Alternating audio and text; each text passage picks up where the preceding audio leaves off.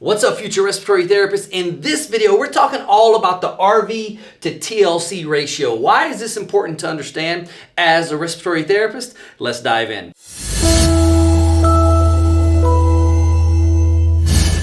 All right, so as I stated in this video, we're talking all about the RV to TLC ratio. Before we dive into that, do me a favor, head over to respiratorycoach.com. Check out the Respiratory Coach Academy, where you can find the TMC and CSE boot camps to help you succeed and pass that MBRC exam on your first attempt. If you'll check that out, I'd greatly appreciate it. Now let's jump into the RV to TLC and start off with a practice exam question. Lung volume studies reveal your patient has an RV to TLC ratio of 62%. Which of the following is the likely diagnosis? Now we've got answers there. You can likely maybe already go ahead and answer this question. But before we dive into the answer options and the best answer, we're going to talk about the RV to TLC ratio. Now, here's basically what it looks like. Anytime you're talking about lung volumes, it's going to bring you back to the volumes and capacities box. And you learned this way back early on in your schooling. You learned about this box right here. Now, we're not going to pay attention to this one right now. Just focus on this one. And if we can remember, we have 4 volumes within our lungs that can be measured. And these volumes, when put together, 2 or more volumes make a capacity. Now, for what we're talking about in this video, we're just going to quickly recap the volumes that we need to be aware of. We know that we have here is residual volume.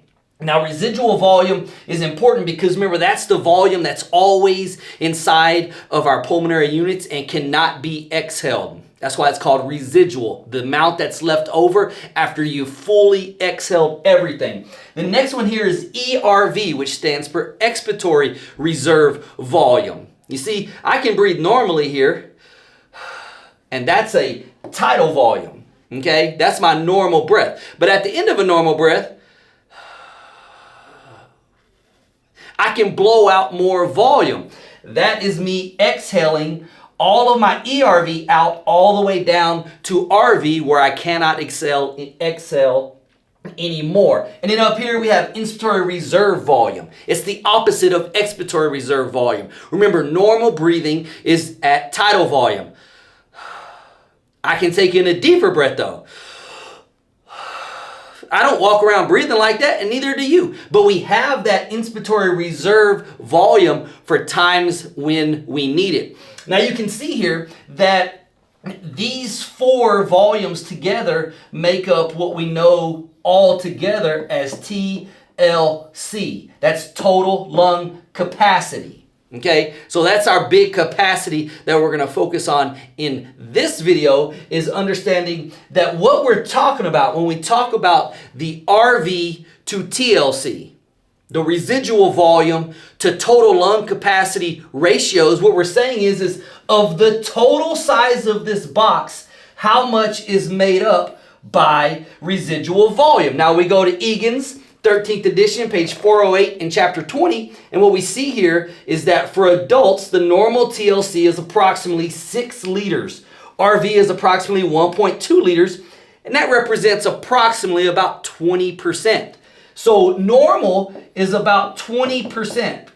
The RV in ratio or in comparison to the TLC makes up about 20%. What happens when we see an increase in residual volume in comparison to our total lung capacity? Like the question asked, we had an RV to TLC ratio of 62%. Well, that's illustrated over here. Now, all of this still represents TLC.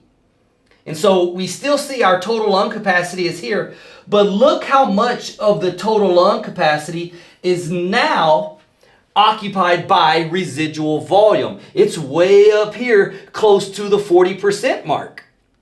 And you see, that's an increase. Remember, we're supposed to be down here around 20%.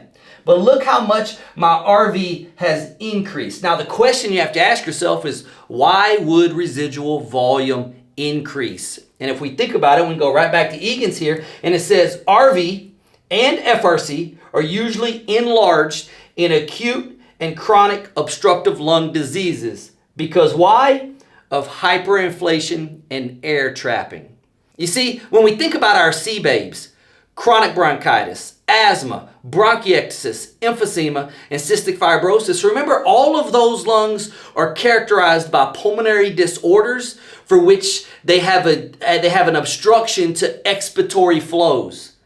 Now, an obstruction to expiratory flows is a fancy way of saying they can't get all of their air out. It's harder for them to fully exhale, which means they end up air trapping, which is the byproduct of not fully exhaling the previous tidal volume that was taken in.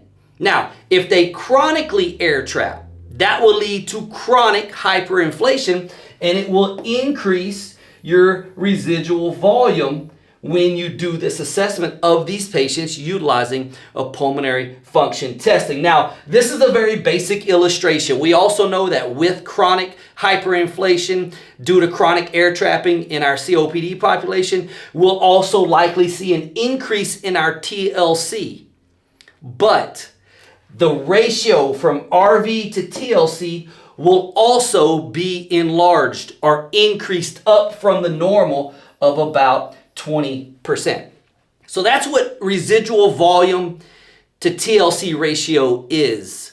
It's the comparison of how much of the total lung capacity is occupied by the residual volume. This is a key ratio that shows up in pulmonary function testing, much like the FEV1 to FVC ratio. Remember, we talked about that in a previous video, to where the FVC is the total amount exhaled.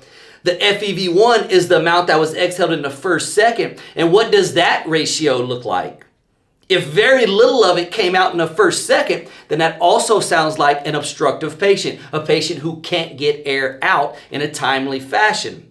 Therefore, they will they will air trap. And when they air trap, you will get an increase in your RV as well as your FRC, which we didn't talk about in this video, but we will in a future video. So that is the RV to TLC ratio, and that brings us back to our practice exam question. Lung volume studies reveal your patient has an RV to TLC ratio of 62%. Now, remember, when you're taking these exams, you want to collect all the information, you want to connect the dots, and then you want to correct or identify the problem. So when we're collecting data here, first things first is we know we're going to be talking about lung volumes because they told us a lung volume study. And then our RV to TLC ratio of 62%. Now right now, if you can just remember, normal equal 20%, then you realize that that is elevated.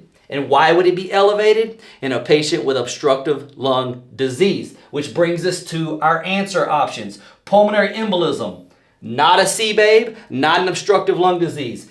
Emphysema, that is a CBABE. It is an obstructive lung disease, and it seems like a good answer and maybe the correct answer. But as always, let's read all the options first. Pulmonary fibrosis. Pulmonary fibrosis is a restrictive lung disease. It makes the lungs stiff so that they can't get volumes in. You see, this would decrease your RV as well as all of your lung volumes, including your TLC. So pulmonary fibrosis, not an obstructive lung disease. And then lung cancer, also not an obstructive lung disease. And so we find the best answer here is emphysema. And that is the RV to TLC ratio. I'm Respiratory Coach. Do me a favor. You're already here on YouTube. Go ahead and hit that subscribe button. Turn your bell notifications on so you know every single week when a video drops, you can be one of the first to watch it. And do me a favor. Leave me a comment. I love interacting with the community. So please leave me a comment. Tell me what you think about the video. Come follow me on Instagram and TikTok at Respiratory Coach, LinkedIn at Joe Lewis, and then don't forget about the website, www.respiratorycoach.com, to find the resources you're looking for to pass your credentialing exams on the first attempt. And remember, at the end of the day, average is easy. Don't be it.